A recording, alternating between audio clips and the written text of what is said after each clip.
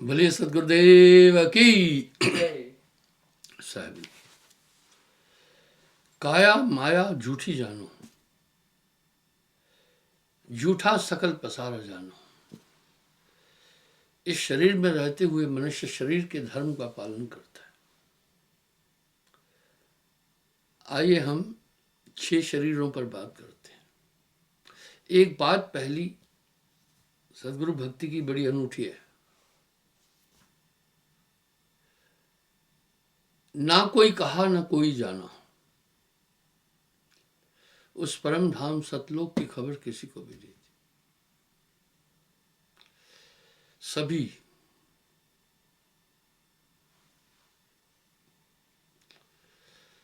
माया में उलझे हुए, ये जितने भी शरीर हैं ये सब ब्रह्म है।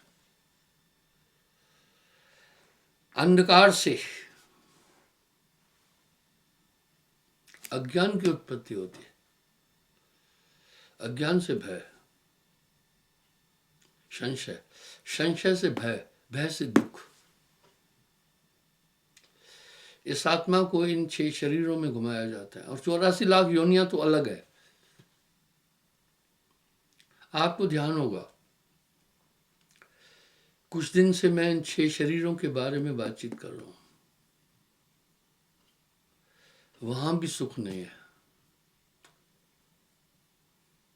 10 दिशा में लागी आग, कहे कबीर कह जाइयो भाग।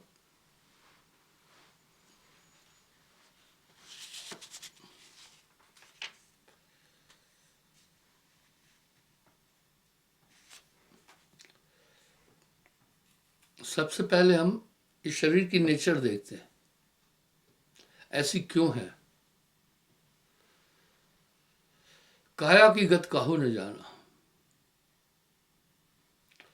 पहला मैं स्थूल देही पर चलता हूं, जो ये है। मनुष्य एक अज्ञान में है। तनधर सुखिया कोई न देखा, जो देखा वो दुखिया। वाटे वार हर कोई दुखिया, क्या तब से क्या वैरागी। जोगी दुखिया, जंगम दुखिया, तपसी को दुख दूना। आशा तृष्णा सब घट व्यापी, कोई महल न सोना।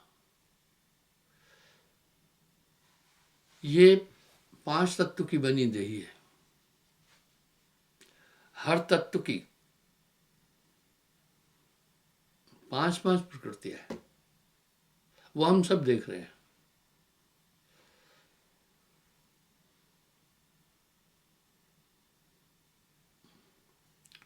आकाश की प्रकृति है काम, क्रोध, लोभ, मोह, अहंकार। ये हमारी आत्मा के गुण नहीं है, शरीर के।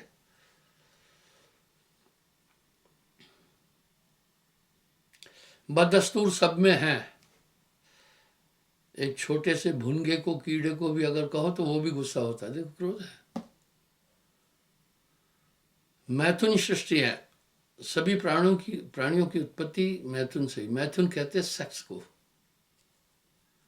आप देखिए क्या ये माया की रचना है, इसी में जीव भूला पड़ा है।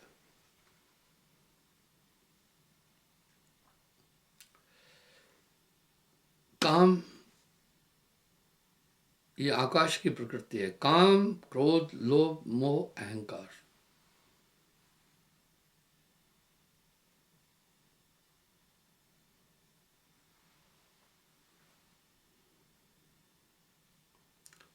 सब में है। विध्वंस यही काया मचा रही है। काया माया झूठी जानो, झूठा सकल पसारा जानो। कभी कभी हम शिष्ट लोगों को देखते हैं तो हम कहते हैं बहुत अच्छे हैं। नहीं नहीं नहीं, नाम बिना सब नीच बखाना। ऊंच वही जो नाम है जाना, बिना नाम सब नीच बखाना। कभी कभी सुनने में आता है इतनी बड़ी घोर वितरांग तपस्या करने वाले लोग कैसे भड़क गए, क्योंकि अपना अपना जलवा दिखाते हैं। क्रोध, लोभ, मोह, अहंकार आदि बदस्तूर हर प्राणी में है।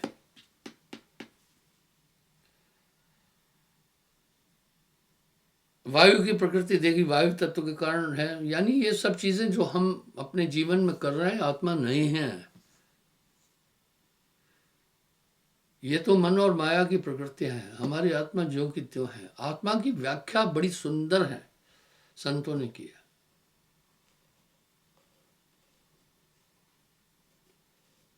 वायु की 5 प्रकृति है।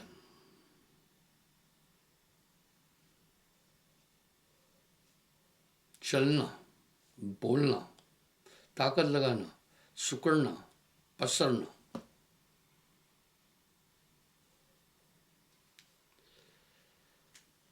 अग्नि की 5 प्रकृति है। देखो, सब चल रहे हैं, सब बोल रहे हैं, सब सुन रहे हैं, सब देख रहे हैं, सब पसर रहे हैं, सब सुकड़ रहे हैं। ये धर्म आत्मा का नहीं है। क्यों नहीं आदमी समझ रहा है? अंदर शैतानी ताकतें उसको आत्म रूप तक जाने में बाधा डालती है।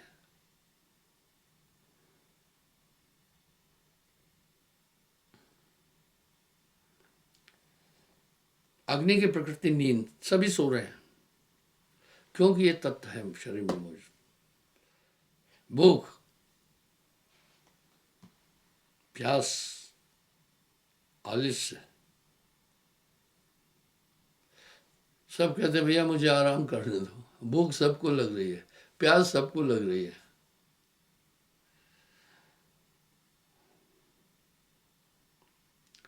ऐसे ही जल की प्रकृति है। ये माया भी शरीर, इसमें 5 तत्व, ये सब प्रकृति कहलाते हैं, तत्व भी। इसी में इस पिंजड़े में आत्मा को कैद किया है। साहब बार बार अपनी वाणी में कह रहे हैं, ये पिंजड़ा नहीं तेरा हंसा, ये पिंजड़ा नहीं तेरा।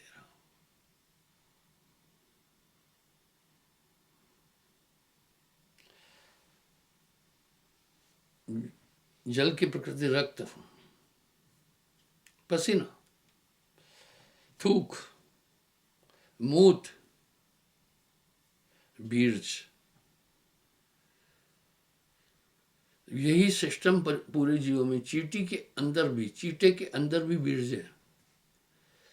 मैथुन क्रिया से चींटी के अंदर वो प्रेषित करता है, वो वैसे ही कंसीव कर लेती है और अंडे दे देती है।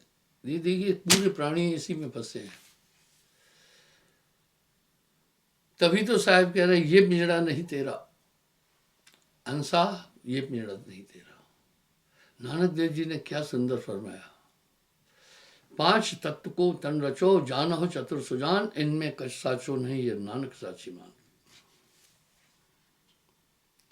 यही पृथ्वी तत्व की प्रकृति। हार्ड, मांस, नाड़ी, चाम, रोम, रंग पीला। अब ये 6 शरीर भी, पहला मैंने इस शरीर की व्याख्या कर दी। 5 तत्व का, 5 तत्व का पूतरा मनुष्य, इसका नाम।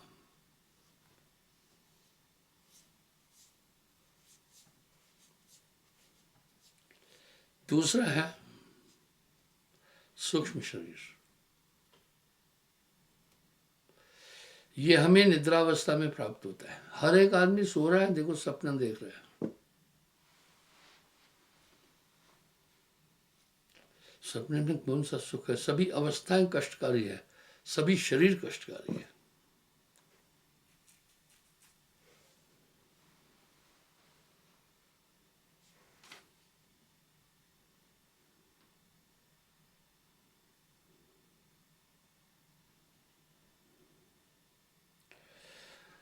निद्रावस्था को प्राप्त होने के बाद कुछ ऐसी कोशिकाएं, ये पूरी कोशिकाओं का खेल है शरीर में। वैज्ञानिक लोग भी इसको मानते हैं। चेतनावस्था में हमारी आत्मा का वास आंखों में है, जागृत में चक्षु में वासा। ये कोशिकाएं हमें सभी रंग दिखा रही है, सभी चीज दिखाती है। देखिए, मेडिकल होता है, आर्मी में भी हम जो ये पूरे कलर देख रहे हैं, ये सब भी एक माया की चाल है। कभी कभी आपने सोचा होगा, वो कलर ब्लाइंड लोग होते हैं, इसलिए आंखों का टेस्ट जब करते कलर्स दिखाते, तो कुछ कलर्स नहीं जान पाते। आंखें बड़ी सूक्ष्म चीज है। पूरे तंत्र से इस शरीर को ऐसा बनाया है कि आदमी इससे बहुत ज्यादा प्यार करता है। शरीर की हकीकत क्या है, हम सब ये बात ठीक से जानते हैं। पांचों तत्व तत्व में जाकर मिलते क्या है। जैसे कुछ अभीष्ट नहीं रहता है शरीर का। जैसे हम स्वप्न देखते हैं, स्वप्न में तमाम वस्तुओं का हमें बोध होता है, लेकिन जागने पर उनका अस्तित्व नहीं है। वैसा ही है।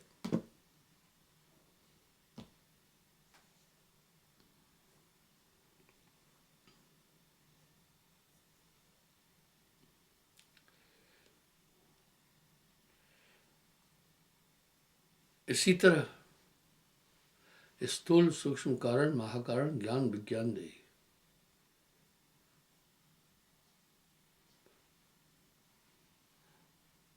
कारण देही हमें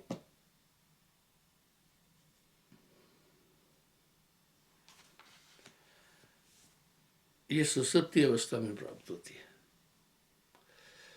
वो उस समय हमारी चेतना एक ऐसे स्थान पर पहुंच जाती है, बहुत कम ज्ञान, अभी से 1000 गुना कम ज्ञान होता है।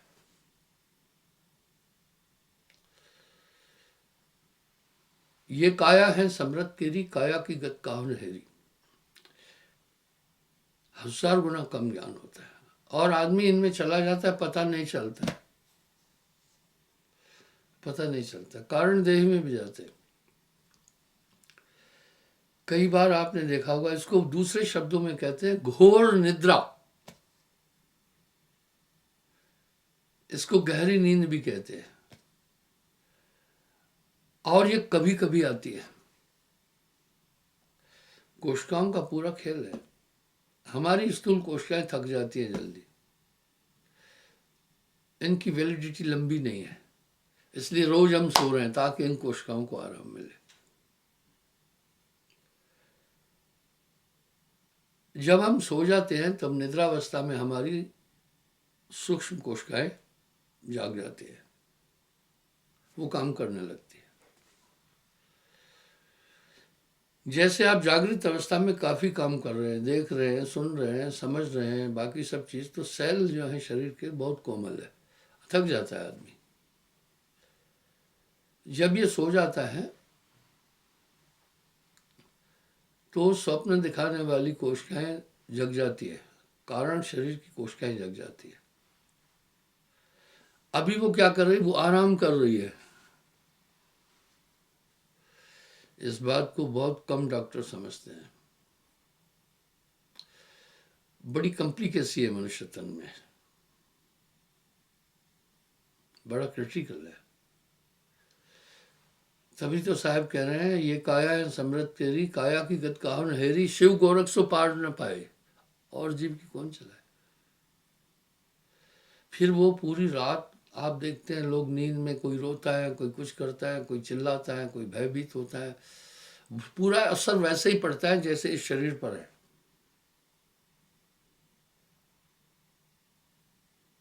रात भर वो कोशिकाएं काम करके फिर कहती है हमने अभी काम नहीं करना है, थक जाती है। फिर ये जागृत अवस्था की कोशिकाएं ऑटोमेटिक जाग जाती है, फिर ये हम संसार देखते हैं। जो सपना पेखना जग रचना तिम जान, इनमें कुछ साचो नहीं नानक बिन भगवान। तीसरी कोशिकाएं हैं, वो कुंद है, वो कुंद है तीसरा शरीर। उसमें वो सुप्ति अवस्था में है, वो कुंभकर्ण की तरह है।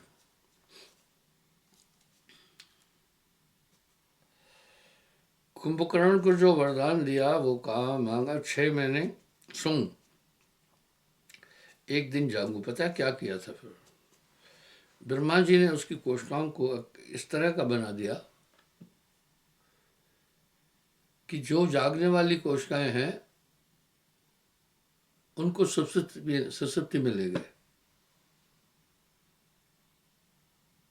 और सुसुप्ति अवस्था को क्रिएट कर दिया। इसलिए कुंभकर्ण को जगाने के लिए लोग ढोल कूटते थे, वो करते थे, शरीर पर हाथी चलते थे। आपने सीरियलों में भी देखा होगा। यहां तक उसके कान में खड़े होकर के नगाड़ा कूटते थे। और हाथियों से उसके शरीर को रौंदते थे, तभी भी नहीं जगता था। क्या था ये? विद्वान लोग नहीं जानते उसको। सुसुप्ति अवस्था में कर दिया उसको।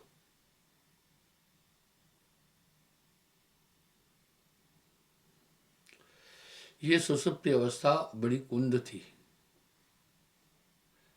कुंद अवस्था है। इन्हीं अवस्थाओं में इस आत्मा को घुमाया जाता है। निज रूप को आत्मा नहीं जान पा रही है, आत्मज्ञान को नहीं जान पा रही है।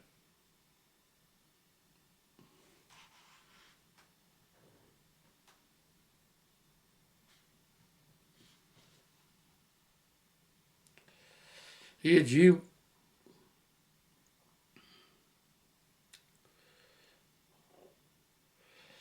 उसके बाद महाकारण देही में पहुंचता है।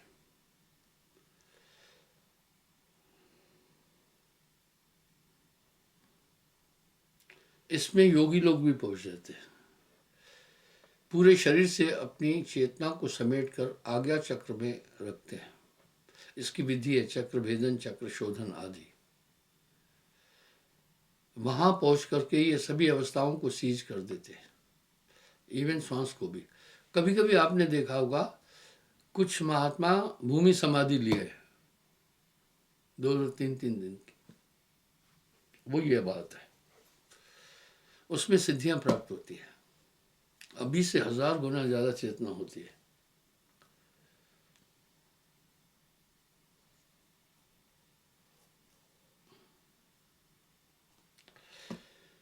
पांचवी अवस्था है ज्ञानदेही।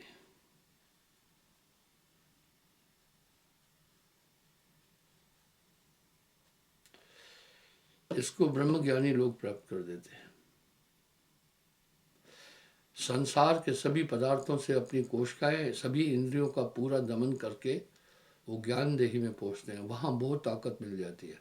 कहते हैं अहम ब्रह्मस्मि, मैं ही ब्रह्म हूं। पर वो भी ब्रह्म है।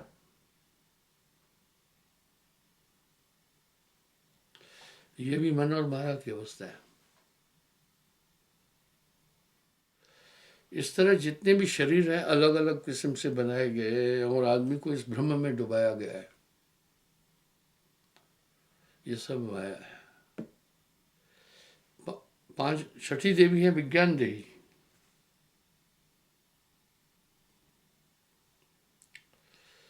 ये विज्ञान देही आकाशवत है।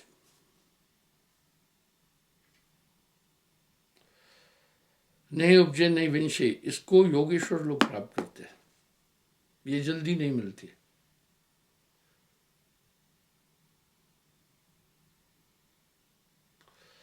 कथाओं में, सीरियल में जो ये बना रहे हैं धार्मिक सीरियल, उन्हें कुछ भी अध्यात्म का ज्ञान नहीं है। मैं किसी को अपमानित नहीं कर रहा हूं। जब सीता जी का हरण हुआ तो गिद्धराज के पास पहुंचे कि वो 80 योजन तक देखता है। एक योजन में 4 कोस यानी 8 माइल है। 8 mile is equal to 12 point some kilometre. 80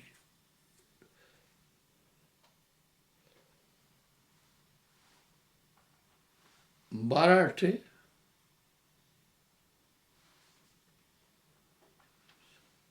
96 960 kilometre दूर तक देख सकती हैं गिद्ध। कभी कभी आप आसमान में ऊपर देखते हैं गिद्धे बहुत धीरे धीरे यूं मंडरा रही, बहुत हाइट पर जाकर। वो क्या करती है, देखती है कहाँ कोई जीव मर गया है। देखने के बाद मार्क वो टेस्ट कर लेती है। दिल्ली में अगर 960 किलोमीटर यहाँ से ग्वालियर है, जम्मू से, अगर ग्वालियर में कोई भैंस मर गई है तो गिद्ध यहाँ से देख लेती है। वो ऐसे कैसे देखती है, उसकी आंखों में लेंस है ऐसे। फिर अपनी पूरी बरादरी को लेकर के उधर जाती है और वहां भैंस को खा लेती।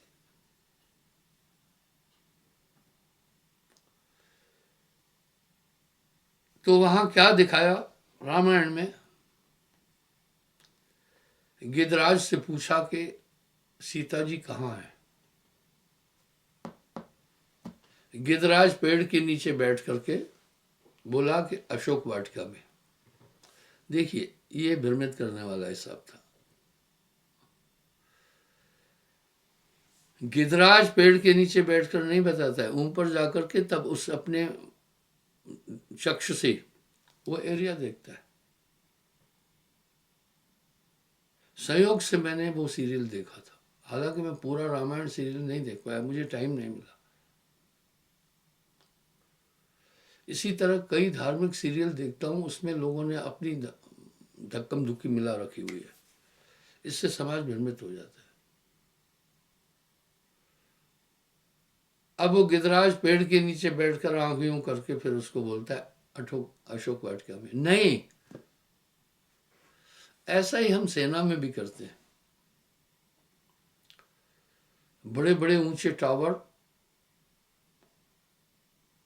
आईबी पर लगे हैं, इंटरनेशनल बाउंड्री पर, बहुत ऊंचे ऊंचे। उस पर सेंट्री ड्यूटी देता है बारी बारी।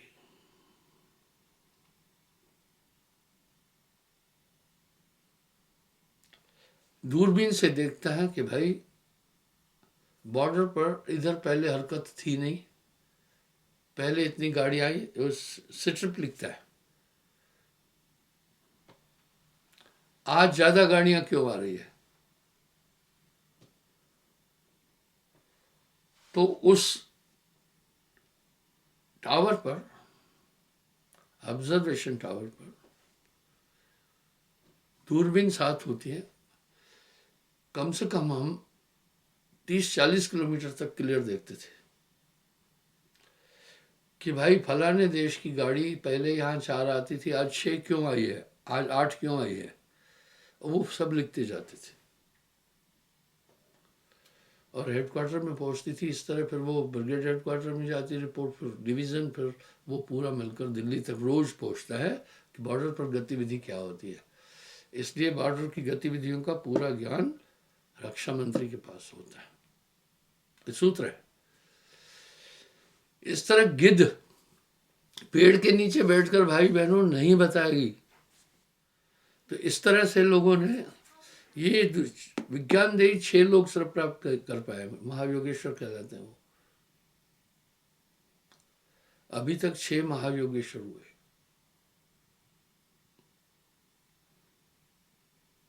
प्रथम शिवजी, दत्तात्रेय, सुखदेव, राजा जनक, योगेश्वर भगवान कृष्ण और गोरखनाथ जी, वो विज्ञान देही की प्राप्त करते हैं।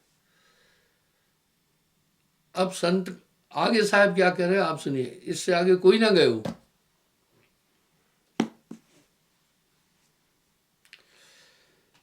इसके आगे भेद हमारा,